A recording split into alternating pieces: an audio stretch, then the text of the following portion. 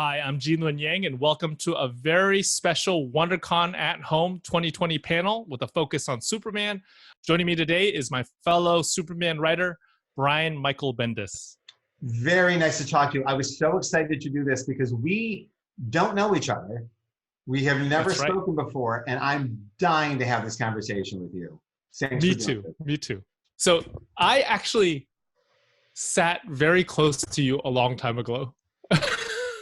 So in the mid to late 90s, you used to table, right, in artist alleys. Sure, yeah, absolutely. Right? And you were like 3 or 4 tables down, and I think it was right around the time that you were moving on to Sam and Twitch. I think maybe that was that was when it started, sure. and that was sort of the beginning of you eventually moving into Marvel and DC. Is Absolutely. that right? Yeah. And I remember you sitting there, and you were kind of big in our world, in the indie comics world, and I was in my mid-20s back then. So I was talking to other comic book artists in our mid-20s about how you were on your way up. No, okay. It didn't feel like I was on my way up then. It was weird that anyone was talking that way. And every once in a while someone would say something like that to me, and I'm like, I'm eating ramen noodles. What are you talking about? Like it was very strange. Well, up is also a relative term when it comes to comics, right? Exactly. Yeah. Well, anyway, I was very excited to talk to you.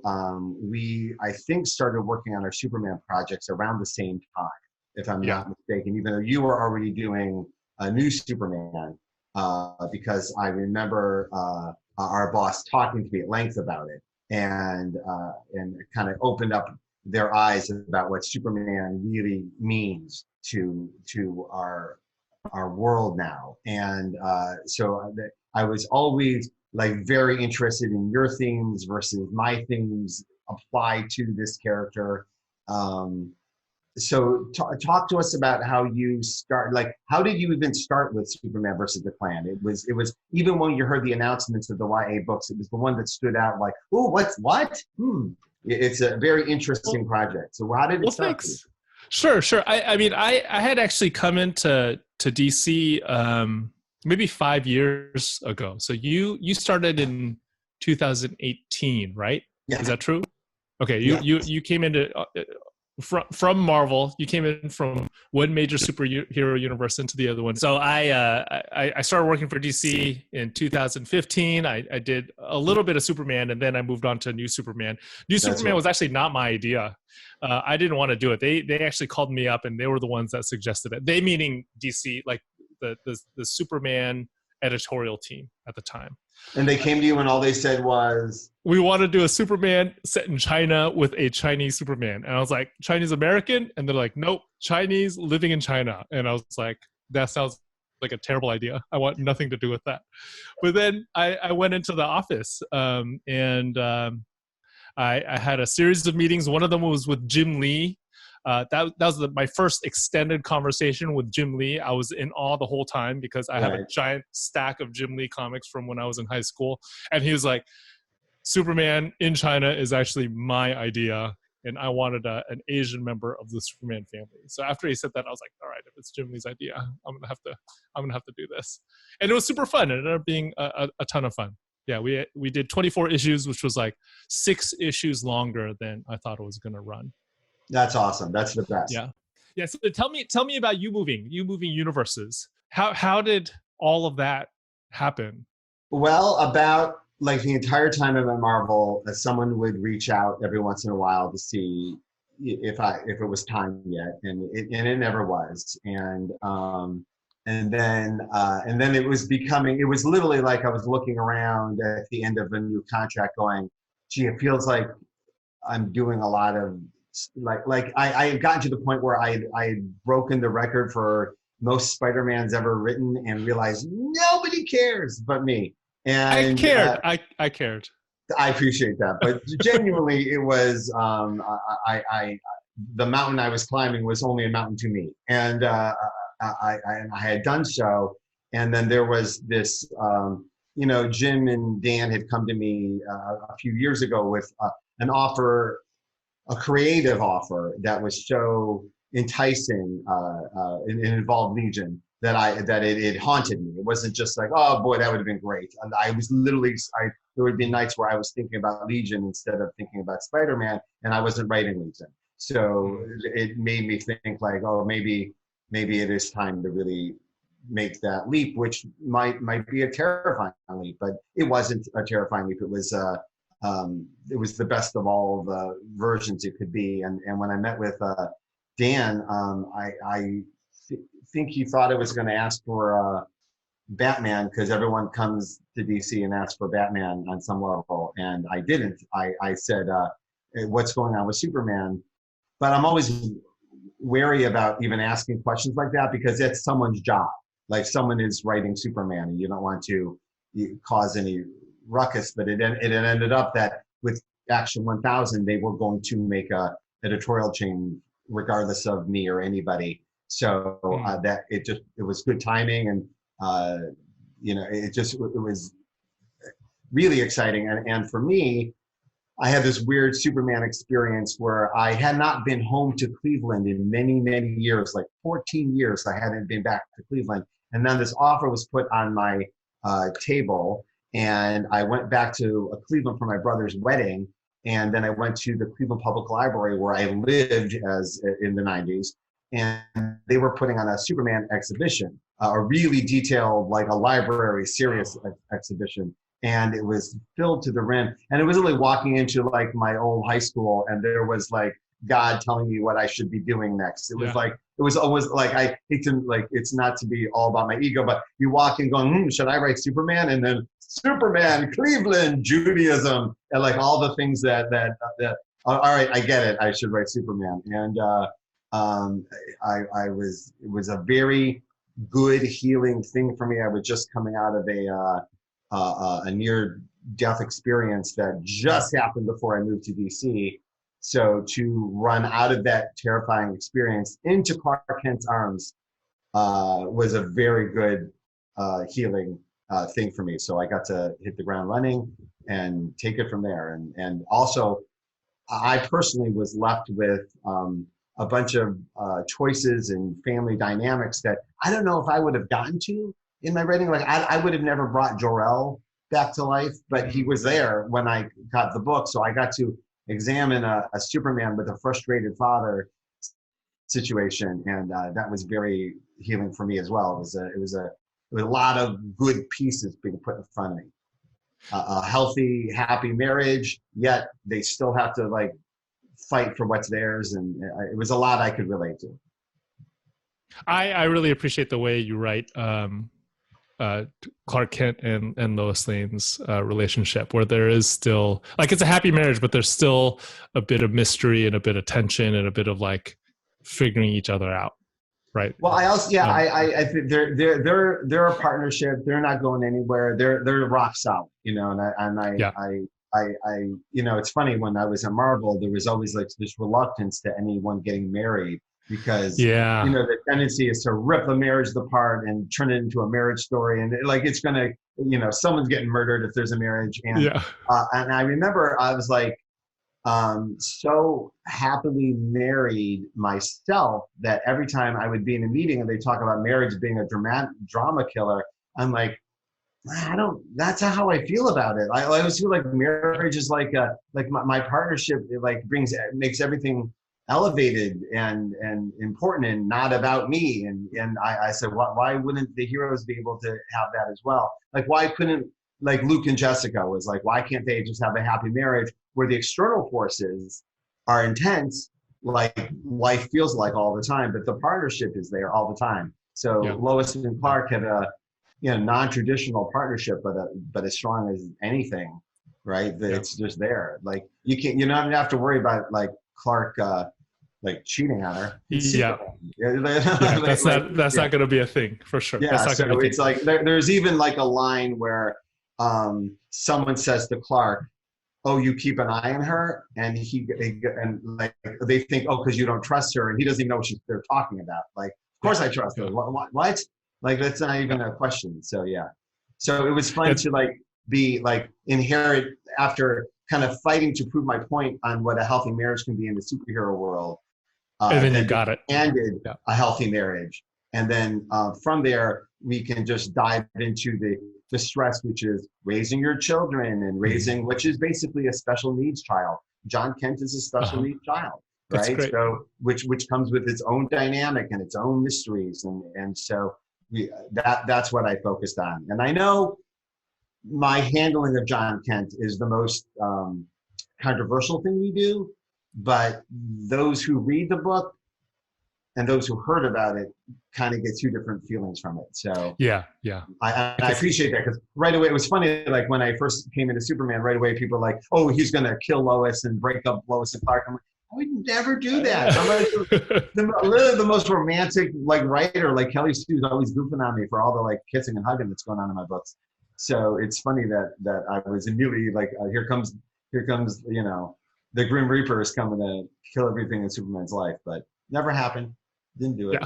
Yeah. It is still a very happy marriage. I have to say, when I came into the DC universe, it was a different situation. So it was New 52 Superman, and he was dating Wonder Woman, and he didn't really have a real romantic relationship or even history with Lois Lane. And that was one of the things that I was kind of sad about. I guess I can say it now because it's a long time. Yeah. It's been a long time, but I was always a Lois shipper, and it felt weird to write Superman and Wonder Woman in a relationship. And I don't know if I actually got it right, because that was not the couple that I really believed in. Like I actually wanted Clark and Lois to be together. It's funny you say that. My daughter literally last night was reading, we just got our DC comps, and it was the Wonder Woman's Greatest Hits. And in there is Wonder Woman and Superman is dating. And my daughter was not having it. Yeah. I said, you should go online and that yell was the at first couple. That's the first couple in the DC universe is Clark and Lois. Yeah. So anyway, if I can flip the switch back to you though, from the experience of writing New Superman, where did the Klan book come from? That Klan, that Klan storyline. Were they related or unrelated? They weren't totally related, but that Klan storyline I just heard about for a really long time. I think I first read about it in that book Freakonomics. I don't know if you've read that. It's I have, but I found out about it from the Superman Encyclopedia or the DC Encyclopedia. I then started to unpack how much of the actual continuity of Superman is from the radio it's crazy, show. Like right? A lot of it's so an unusual much. amount of kryptonite. Like, and it's funny because we live in today where like the audience still wants this stuff to start in the comics before it ventures forward in TV and film, But it's so funny that they like the purity, but it's Superman's purity is all mixed up in multimedia before that word existed. So so all of it makes sense. Yeah, it makes sense because the radio show was coming out at such a faster clip that they really had to develop things much quicker than they did in the comics. So I did read about that storyline in Freakonomics. It intrigued me for two reasons. One, it had this real world effect on Klan membership after that storyline aired. The real Klan experienced this dip in membership, and I just thought, like, for a geek who's my immigrant parents, right? Well, like for immigrant parents, my immigrant parents were always like, "Why are you reading about these superhero comics? They have nothing to do with reality." And I was like, "Dude, this is an example where geek culture actually had an effect on reality, in this really profound way." And then the other thing that really intrigued me was there was this Chinese American family at the center of all of the action. So I've been reading superhero comics, Superman comics specifically, since I was in 5th grade, and I just don't remember seeing that many Chinese Americans in those stories. And also, I was thinking, and I read this in your in the back matter in Superman versus the Klan, which I really appreciated, by the way. I'm a big back matter nerd, and I couldn't think of another like storyline that had a Chinese family in the center of it from that time period, from anything. Like I really was racking my brain. I thought maybe you'd have a better clarity, but it really seemed very unique in that. Like even racial stories would be about a Black or a Mexican family so telling a story along those lines. The Chinese story seemed to still be something you didn't see a lot of at all, right? Yeah. Am Yeah, I I think correct that's about true. that? I think Yeah. that's true. I'm not I'm definitely not a historian or anything, but I think that's definitely true. Charlie Chan was around back then, but I don't know. He's so two dimensional. I don't know if I'd count him. I just thought the way they wrote the Lee family, that the writers' room Yeah, approach. I'm talking about the trueness Yeah, of the Chinese was family. was very. It was just. I don't think there's another example of something like that. They're so three dimensional, you know. And my connection to that is I know what that feels like. It's very rare when you see a Jewish family being Yeah, represented in mainstream material on any level, positive or negative, like anything, right? And yeah. so, and it's something that speaks true. And like even like Uncut Gems starring Adam Sandler it's a shock to see a Jewish crime story, even though there's like it's such a big part of like the history of our country. And I know that feeling like, oh my God, not only is it about Jewish characters, this is very true. Yeah. Like this is a lot of observation was put into the story. Yeah. So I know how rare that is. So does that play into your approach to Superman at all? Because I personally think of Superman as a fundamentally Jewish character. Like I do too, and I can't help it, even though I don't write. I don't mean that he's Jewish, that he's not, but he's become. And but when I was growing up, and my interest was comics, and it was so deep in comics, my rabbis or anybody in that part of my world would whisper to me, because I'm from Cleveland, and two Jewish boys from Cleveland created Superman, and that's one of like the three Cleveland hangs its hat on. It's Superman, rock and roll, and some sort of pizza. And so everyone in my life as a child would whisper to me, two little Jewish boys created Superman. And if there was something I needed to hear to get me from where I was to where I was going, it was, well, someone else did this. Like people from Cleveland made this stuff, and then I was living in the shadow of Harvey Pekar as well. So it was like this mixture of like independent comics, the best of independent comics and the best of mainstream comics happened right in my city. Right. And so that was the world that, believe it or not, me, Brian K. Vaughan, and Brian Azzarello were all growing up in at the exact same time. So I didn't realize that. Yeah. Three bald Brian's from Cleveland. And then when I was in college, I was going to the Cleveland Institute of Art, and I would check the job board every day. I'd just take any job. It was anything I thought I could even vaguely attempt. I would try to get the job. Any illustration, and it was where I made my most mistakes, but learned the most. And then one day I come in there, they go, artists wanted Superman parade. And I'm, what? And it was there was a big parade and convention for Superman to build what would be the Superman Memorial and Superman Museum in Cleveland. And I got hired to do all the signs on the sides of the parades. And Siegel and Schuster couldn't make it, so Stan Lee was coming instead. So Stan Lee was there, and George Perez was there, and all these celebrities. It was a real big convention for it, and it was like a life-changing weekend for me to be at the Superman convention, which ended up not making. I don't know what happened. All that went away. Like the Superman Museum never happened. A lot of Cleveland, weird stuff happening back in the day. And but yeah, I got paid in Jose Luis Garcia Lopez prints.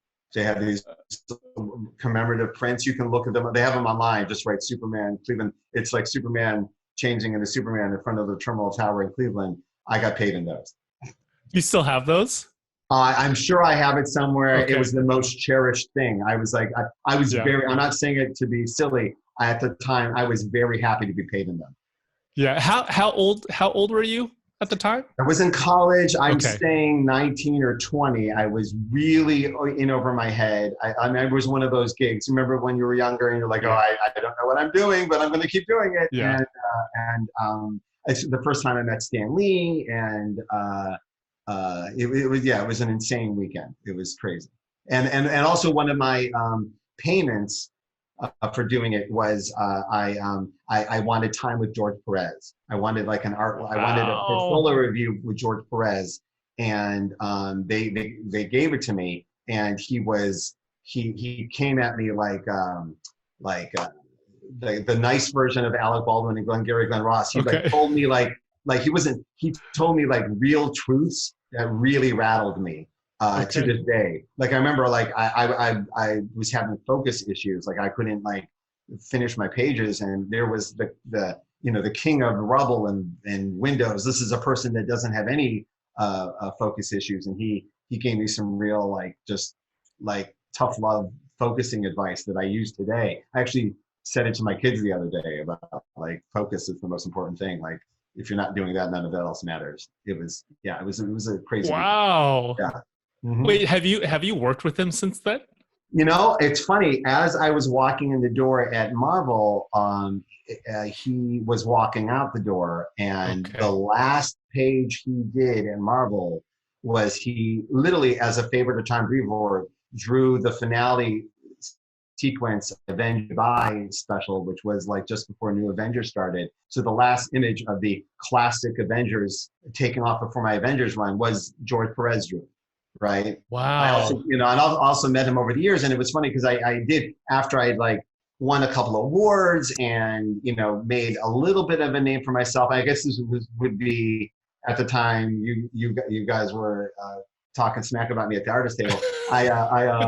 It was weird. Like you want to walk up. There was a few people. Walt Simonson was another one. When I was a kid, was very kind to me, deeply, deeply kind to me. That got me on my path. And I wanted to walk up and say, "Hey, when I was a kid, you were very nice to me, and now I'm the writer of blah blah blah, right?" And Yeah. I came up to Yeah. George Perez and I said, "Hey, you were very nice to me as a kid, and now I just won this Eisner, and I just want to thank you." And he looked at me and said, "You're not a kid. How old am I?" Like all I did was make him very old. And he said it right to my face, and I realized, okay, word that better next time. Yeah. Yeah. So, and That's and now when people do it to me, I remember. Oh, yeah. that's what I made Yeah. joy. Yeah. Yeah, it's funny how that kind of stuff stays with you. I remember meeting Art Adams when I was Mm-hmm. in my late teens. I remember Jim Lee, of course. I mean, my brother and I, we still talk about meeting Jim Lee at a local convention. So we're from the Bay Area. He's a doctor now, my brother. We're both, in our 40s, and we still talk about this. So Jim Lee came and he did a signing. I think it was right before all of his that X-Men reboot with the triptych cover. Mm-hmm. So he was a really big deal at the time. And at that convention, my brother went to the bathroom and peed next to Jim Lee.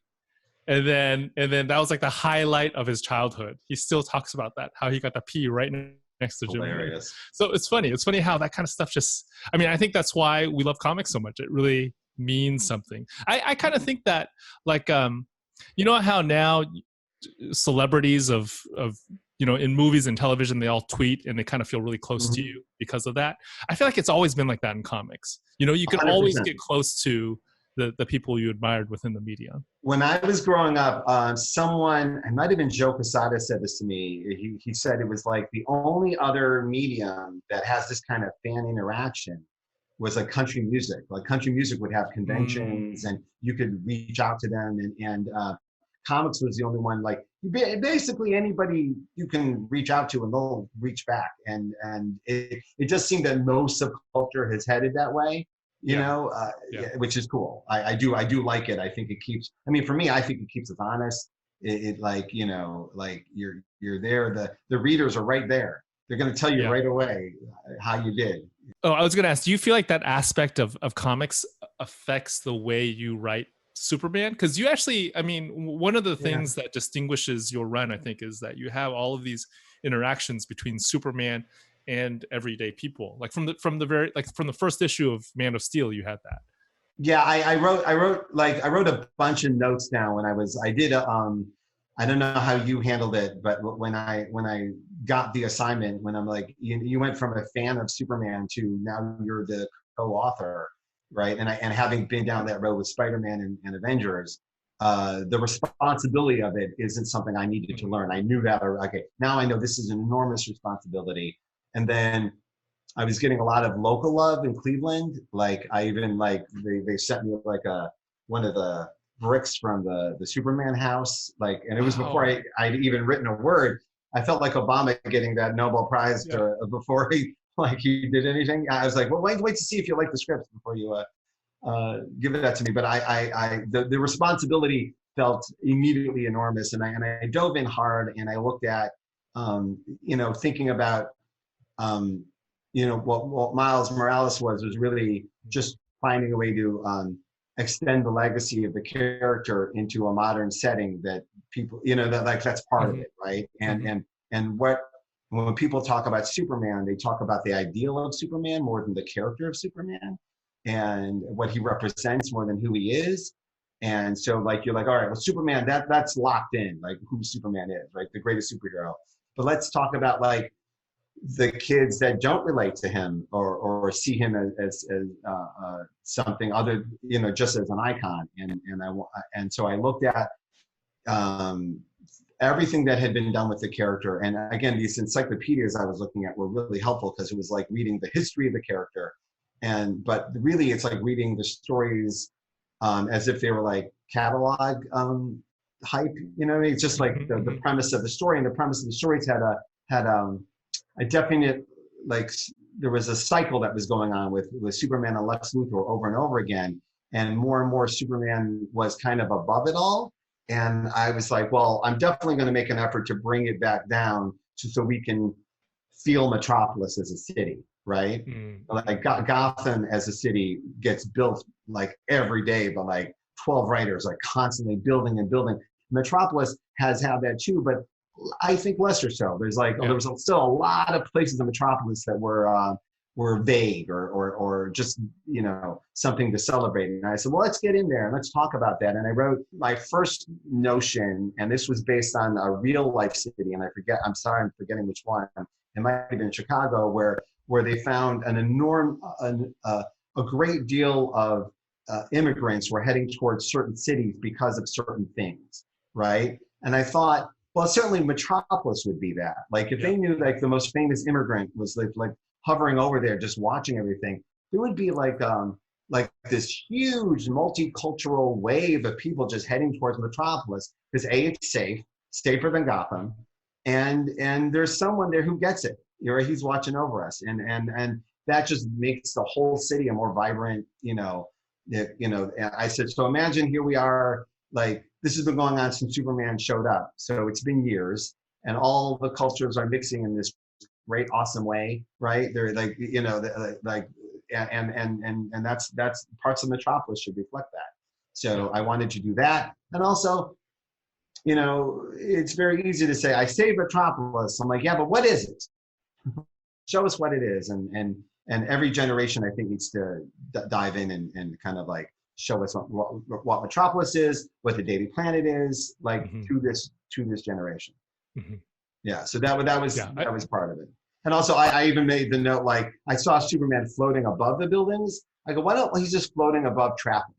What if he's down, like he's like up here is like he can be down here too, like flying over one. So you'll see, particularly in the since he came out, he's been like hovering right over traffic on purpose, like a note to the artist. Like I think he wants to be closer.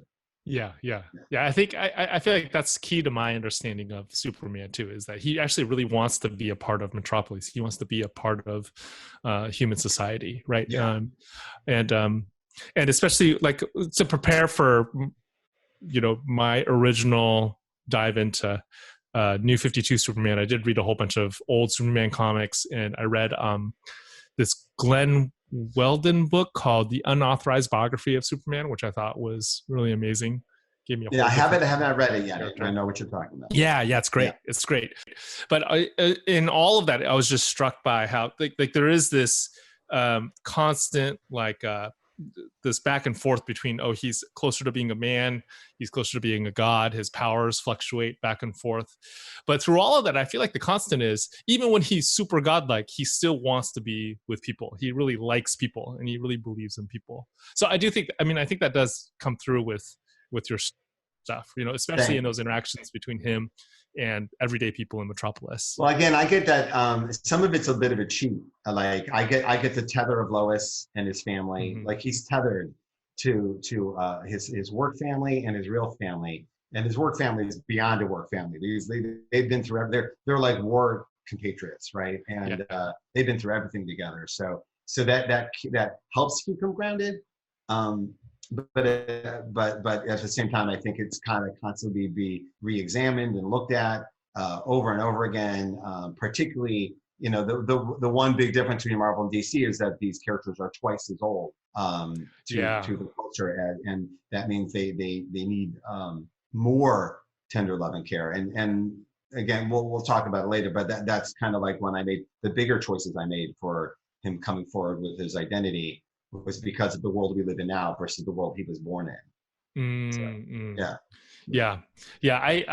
I kind of think that that the DC universe is kind of like the Catholic Church, and the Marvel universe is kind of like the Protestant churches, in that, like, if DC hadn't established all of the rules first, then there would be no rules for the Marvel characters to break. You know, like DC had established like all of the expectations of what a superhero ought to be, for Marvel to be like, oh, this is interesting that a superhero is doing his laundry, you know? Yeah, exactly. Yeah, exactly. So you don't have to worry about Superman doing his laundry, but you do have to think about how is he going to relate to this? Like, how is he going to see everybody? Yeah. So, that's right. That's right.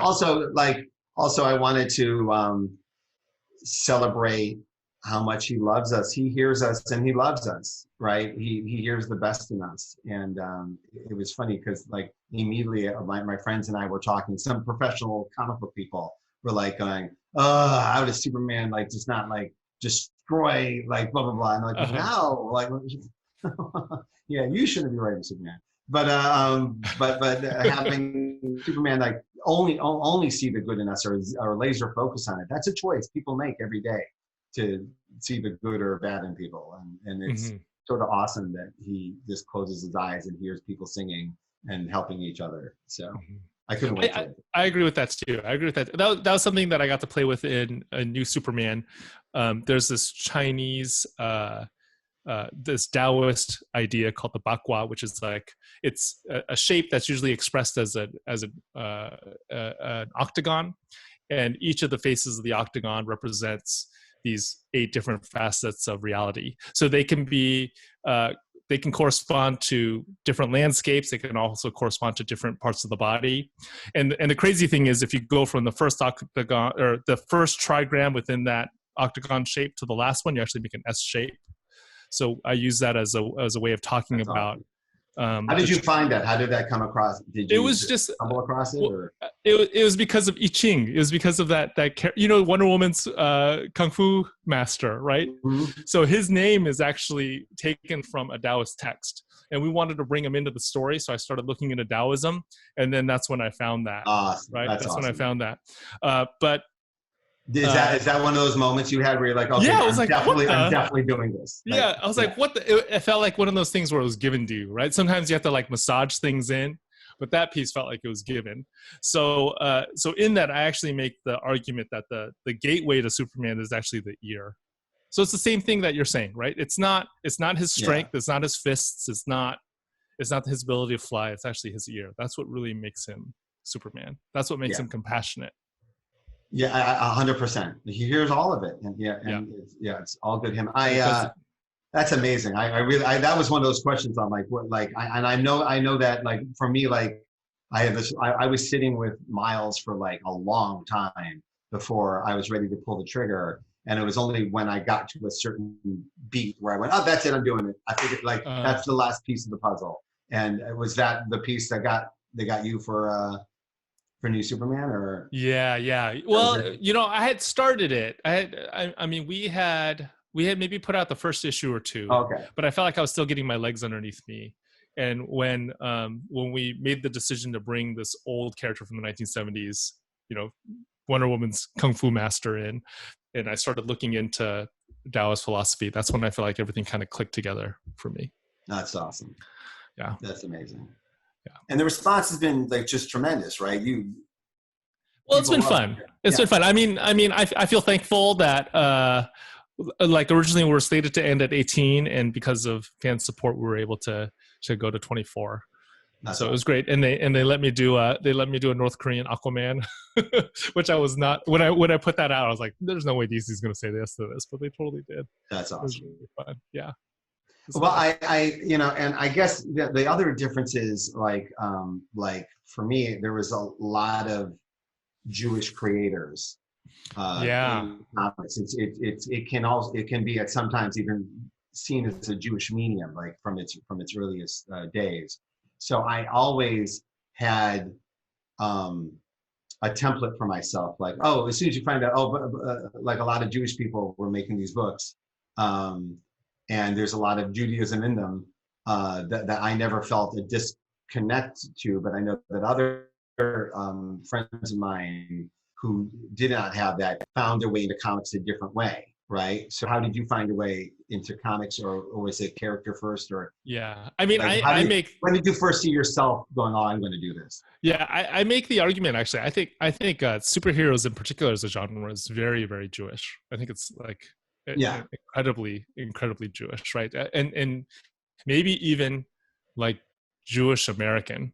Just the two identities and wanting to, having to switch from one mode of being to another mode of being. I kind of think that as I'm the children of immigrants, and I kind of think that even the fact that Clark Kent is also called Kal-El, that felt, I mean, there's something very Chinese American about that too, right? That was me. Like I had this American name that I used at school, and my Chinese name, like Kal-El, if you were to write it out in English letters, it would have a hyphen in it. So it just, all of that kind of, I don't think I was conscious of it, but I do think that that's why I was such a big superhero fan when I was a kid. That's awesome. And when did you decide, when was the choice to like make them? When did you roll up your sleeves and go? Oh man, that's one of the other aspects that I love about comics. So I bought my first comic in 5th grade. It was a Superman comic. It was DC Comics Presents number 57, starring Superman, the Atomic Knights. And then within a couple weeks, I was already making comics. I had a friend who, my best friend in 5th grade was half Jewish, half Japanese. So we started making comics together. Yeah, I think he was already like this huge comic book nerd, and I think it's just like it was part of both sides of him, right?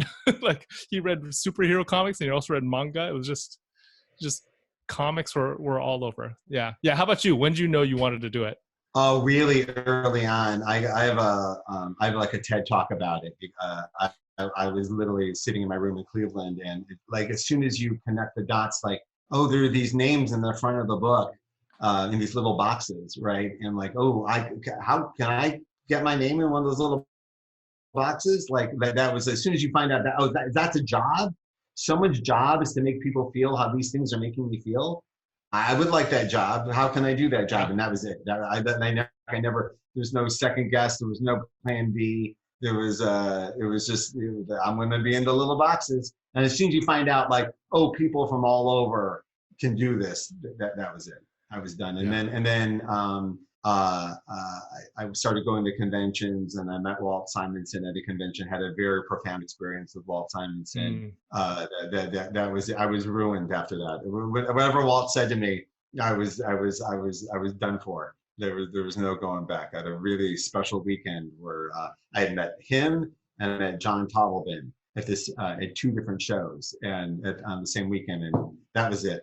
I was done. It was John Totleben just starting Swamp Thing too. Okay. So it was like, wow. And I had never seen artwork like that. Yeah. I had never, and also, I don't know if you ever seen a John Totleben or any of the Swamp Thing pages in person. No, never. They're almost like a painting. There's textures of ink and whiteout and white paint all over them. They're thick to touch. You can actually put your finger on them.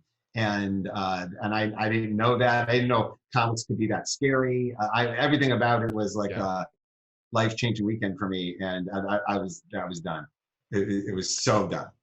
It was like when in Almost Famous, when the kid goes to his first concert and that's it, it's over. Yeah, that was me at a show.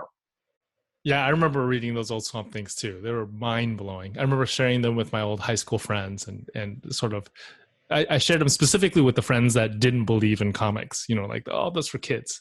You show them those old Swamp Thing comics, and yeah, I was worked, and then like a couple of years later, I was working in a comic store in Cleveland, and the owner of the store was friends and kind of an art dealer of John Pottleben. So then I got to meet him again. Over the course, and then he'd bring in all the artwork, and I get to touch. I literally would touch it all like a lunatic. And I remember like the pixelation of the artwork, the pointillism he was using was so intense, and it was being printed on newsprint. And so I would see the intricacies of the original art, none of which was making the final print of the way it was being printed then. Now you can see them in the absolute editions, and particularly in the black and white reprints of the stuff. But at the time, you couldn't see the work. And I remember saying to John, why are you like diving in? Like, why are you doing so much work that's not being seen? And he was just like, for me. And that was it. I was like, yeah, that is, you realize, oh, this isn't, there's a lot of this is just you doing it for you. Yeah. And then that was a big moment for me too. Yeah. Yeah. So anyway, it's amazing. But going back to Superman versus the Klan, I wanted to ask you, so you, and not only there, but also in Dragon Hoops, you end up visiting uncomfortable moments in racial history. I don't know how else to say it. Just like iconic, like terrible moments of hatred, of which good things come out of eventually. But knowing what I know, you and your artists are now, if you decide to represent that scene, you're stuck there. You're now living in that moment for a while. Like even though you can read a scene that takes 2 minutes to read, it may have taken a week or 2 weeks to write and draw. So you've been like spending all of your free time in the bad place, and wanted to talk about how you got through that, how you feel about it, or was it cathartic for you? Yeah, it was. I would say it was hard. It was hard for Superman Smashes the Klan, especially. You know, I read a bunch of books about the Klan. Somebody at the Southern Poverty Law Center sent me a copy of the Koran, which is like the Klan's Bible. Mm-hmm. You know, so I read through that, and for a while on YouTube, I was just watching a lot of white nationalist content, just to kind of get to know. I felt like in order for me to write that book, I had to find whatever humanity was underneath the villains, you know. The empathy. So yeah, so for a couple of weeks, like my YouTube was suggesting all this crazy stuff to me every time I showed up. But in the end, I think I'm glad that it was all in the context of a Superman story, because even like, because I had to approach it from a Superman mindset, I felt like I couldn't fall too far away from hope, because it was just like, you have to kind of take on the characteristics of the protagonist that you're writing, right? Even if you don't necessarily match up perfectly. So I don't know if I'm naturally as hopeful as Superman is, but because I had him in my head, it made it easier, I felt like, to approach a lot. Yeah, that's right. See, I felt this because I did a book called Torso, which was about a real life serial killer, and I spent years with these murders and drawing them and reproducing them. And at that time, I was totally the kind of person that could do that, just spend all day with a dead body and enjoying it. And this was before I had kids and before I was married, you know, so I would dive in. And we are diving back into that material for a TV show. And so I recently, just before this all went down, I had to go revisit all the material with the writer and director. And I remember, and I was thinking, I don't know if I would do this today. I didn't know if I would spend all this time with these dead bodies. And then immediately went right to your work. And then I go, oh, he's spending all this time with these Klansmen that the normal audience wouldn't realize how much time that takes if you're doing it right, which you are, right? And then you went right to Dragon Hoops, which visits a lot of racial tensions through the history of basketball, right? Which I find as just as maddening, because it's I know there's like the Klan was always to me like, well, that's unacceptable, and then there's racism that seems acceptable, right? And then and in Dragon Hoops, so there's a lot of that there, like institutionalized acceptable versus but it shouldn't be. It should never have been, right? And you were dealing with it. Yeah, so I know how frustrating that could be, and I wondered how you balanced it. Yeah, I mean, with basketball too, with the Dragon Hoops book, if you look at the long arc of the history of the sport, you see progress, right? And you see hope. And even though things are not perfect, I think that's kind of what I tried to focus on. Like there was a lot of ugly stuff, especially early on, especially in the 30s and 40s within the sport. But as you progress, in part because of the courage of players and coaches and even the fans, it kind of all moves forward. I feel like the same thing is true for superhero comics. As a superhero fan, I like reading old superhero comics, but a lot of that stuff is rough, Like I recently was reading just for fun some old Blackhawk comics. Man, those are rough comics. But but if you look at it as a whole and you look at the progression of the genre, then things feel more hopeful. If you get a chance, there's a graphic novel called The Fagin the Jew by Will Eisner. Yeah. Diana Schutz had me write the intro to it. It's a very lesser known Will Eisner piece, but the piece in itself is about Will looking at another artist's work that had deep racial insensitivities in it, but was a writer who should have known better, and him like looking at that story from the point of view of the racial stereotype to deconstruct it completely, so Will can look at why he was doing material like that in his younger days. Like before he went off to war, he was doing material that he has said publicly on every level, I don't know what the hell that was. Like, I don't know where I was growing up in a world that was allowing that, so I didn't know it was wrong. And then I went to war and came back, well, this is wrong, right? And then started looking at other writers' work like that. So I'm deeply fascinated by Will Eisner's journey through this, and looking even at like material that we've done in our lifetime and how it looks even in our short window. So as aware as we are of the world, there's still room to grow. Every day there's room to grow. Every day there's something to learn. It's absolutely fascinating. Which goes back to the original question of, do you like the audience being there? Absolutely. Because everyone's perspective on this is genuinely honest and unique, and I want to hear it. Yeah, I mean, I think there's no way you can hope for a perfect body of work, right? The most you can hope for is when you look at everything that you've done over a career, is there progress? And you would hope that it'd be yes. Okay, so I have to say, the reason why I'm asking was because that was actually the first storyline that I worked on after I came to DC. It was revealing Superman's identity. Yes. I want to talk to you about your journey through that. So I have to say, I came in at a weird time. I feel like I came into the DC universe at a weird time. And then it also took, like, that was my very first work in monthly superhero comics. So I had to get used to that pace of doing things. And I also think I came in wanting to write like a classic Superman, but that was not the mandate of that particular era of the universe, right? That was like DCU, right? That was like the the DCU era, and the mandate was actually make big changes to icons. But I actually just wanted to write the icon, which I felt like I finally got to do in Superman Smashes the Klan.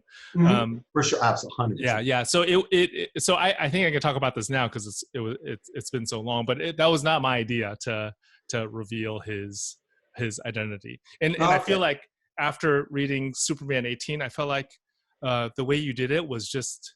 I mean, there's just so much. Again, it's so much humanity in the way you did it. Particularly a scene where you don't even have any words. It's just him and Perry in an office. I felt like it was so effective, and there was so much breathing room that was given to that moment that it turned out really beautiful. So I wanted to ask you, was it? Is it your idea? Like, how did you arrive to? It was my idea, and I was wary of it because number one, I didn't want to repeat anything I did on Daredevil, which was the other time I had done something like that. A completely different story.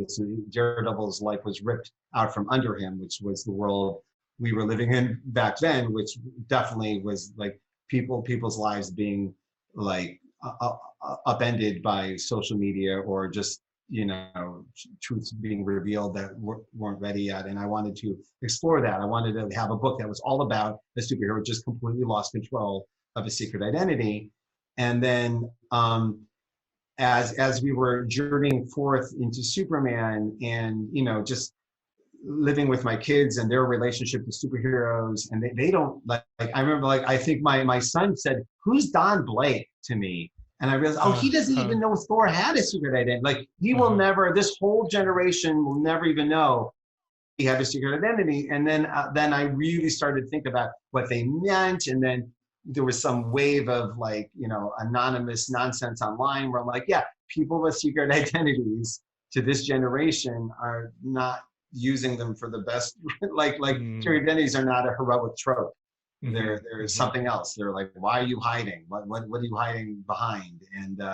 And then at the same time, you mean, even back to like early Jerry Seinfeld material is all about the conceit of Superman and Clark Kent, and how, you know, it's hanging on the lightest of threads, these glasses, right?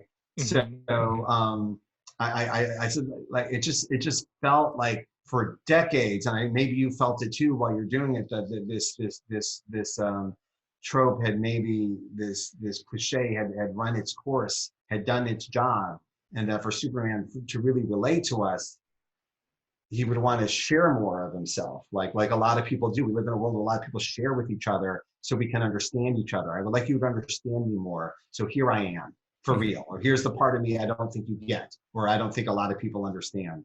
And you have a lot of people from a lot of different parts of the world on a lot of different spectrums sharing themselves because they don't think people understand. And it just felt like, boy, who would benefit more from that than Superman? And who would empower more people to be their best self or their most truth self than Superman deciding to do it as well?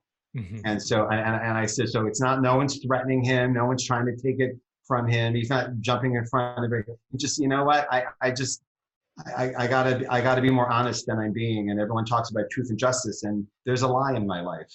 You don't know who I am. So let's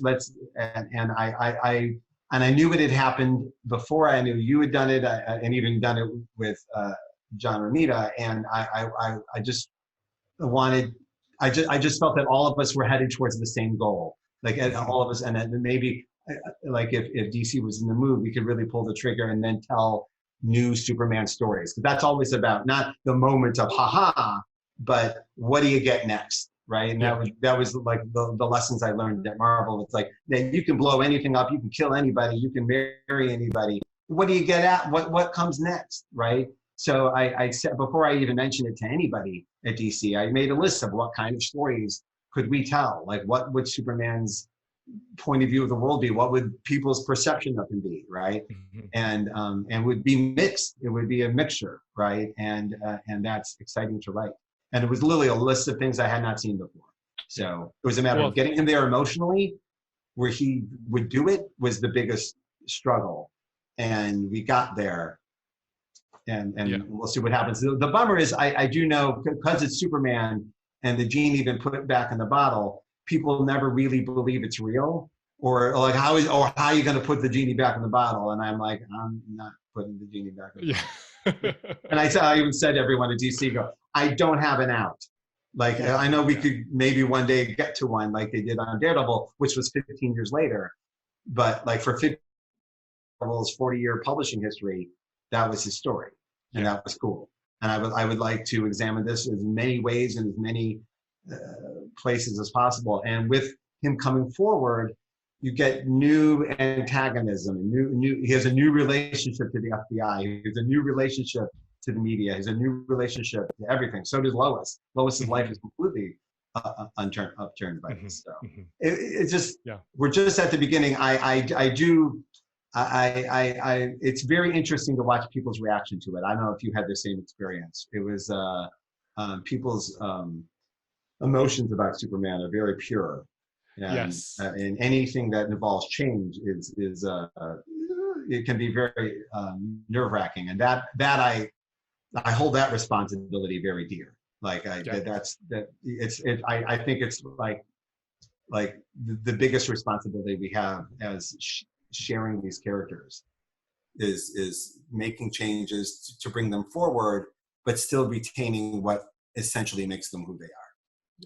Yeah, I mean, I really appreciated your version of events. I think one of the key parts that I found the most emotionally effective was that it was all his choice, right? It was entirely his choice, and it was for very, very Superman-y type motives that he did it. And I think that's sort of what made everything click from 18 on.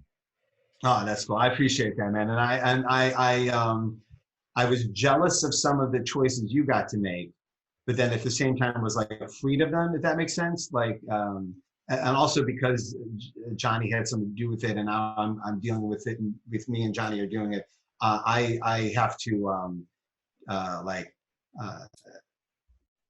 go beyond your visuals to other visuals that I may not have gotten to if not for you, which is what comics are always supposed to be. We're always supposed to be standing on each other's shoulders to get to something.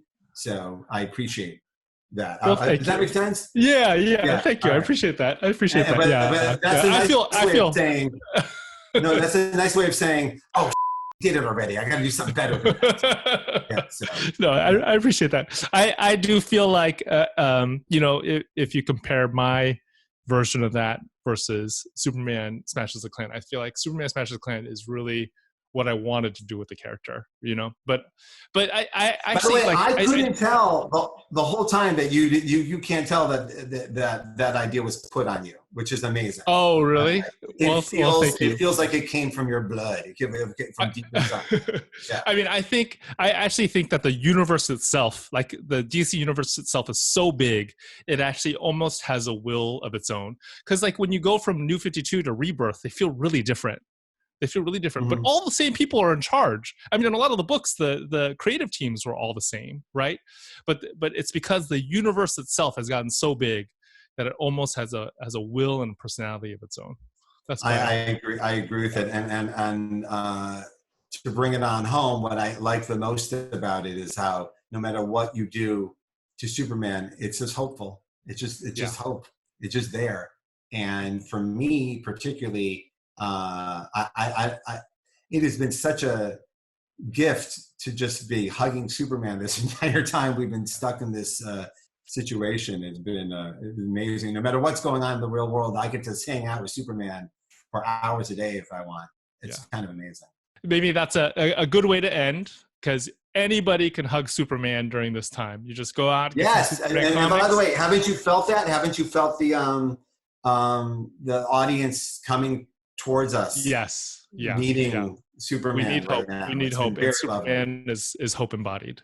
I got to say that's been really nice to hop online every day and it's just people binge reading and just taking it all in.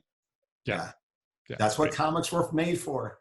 Yep. Literally. Go find some hope through comics. Some hope through comics. I want to tell people who read Superman versus the Klan that their next read should be Dragon Hoops, because they're very thematically connected in a way. They create the same great feeling, and the reality of Dragon Hoops I think will be very empowering to people. I really, really enjoyed it. I got the same feeling out of it than when I read like Cavalier and Clay.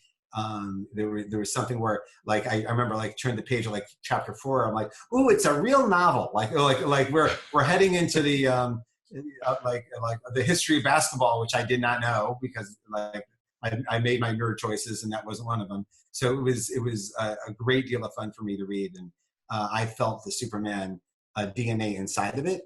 And in your journey as a journalist slash reporter of this material that you had decided to dive into, I just really found I saw the connection. Thank you. I think Thank you. I appreciate that. Thank you. No And I would recommend reading your run of Superman and Action Comics along with Naomi. Like even Thank you. the very light connection right at the beginning, I found awesome. I thought the whole Wonder Comics line has a Superman connection that only the readers of the books will know. Like even the characters don't know. They're all Superman like inspired in different ways. Like that happened by accident, and then I leaned into it heavy. Yeah, that's great. That's great. I feel like the hope kind of infuses the entire line. What is hope? Hope is an idea, but you have to see it. You have to see it find its legs and do something, and that's what we tried to do with Wonder Comics. So thanks. That's right. All right. I want us to get out of here. If this was a panel, this was supposed to be a panel at WonderCon. They would have kicked us out like 20 minutes ago. So. They would have. Well, Brian, this was awesome. It was as much fun as I thought it was going to be. It was. It really was. Thank you for doing this. I hope we get to do it again next year in person.